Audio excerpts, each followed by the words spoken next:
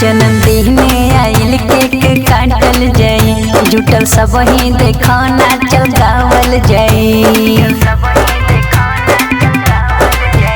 जन्मदिन आइल केक काटल जाई, जुटल सब ही देखो नाचल गावल जाई। आज मन के लालसा पुराली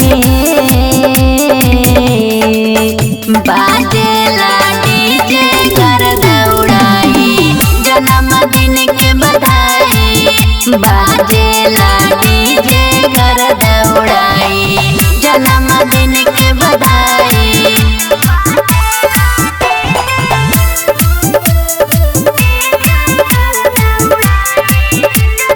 mix by Balaji Studio Delhi. आज महफिल के चल सजावल जाए, सब लोग एंजॉय मनावल जाए।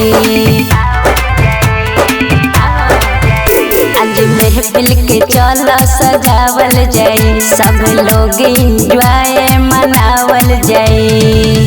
अपना अपन मूड बना ली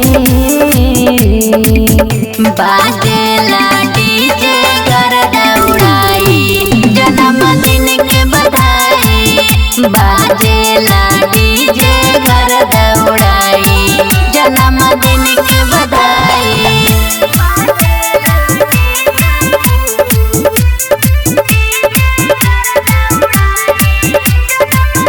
नाम ऊंचा करो बेमिसाल रह, जुगु जुगु जिया खुशहाल रह।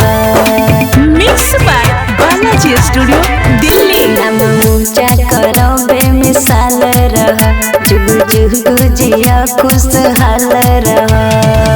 आजाद सुनीता बर्थडे मनाली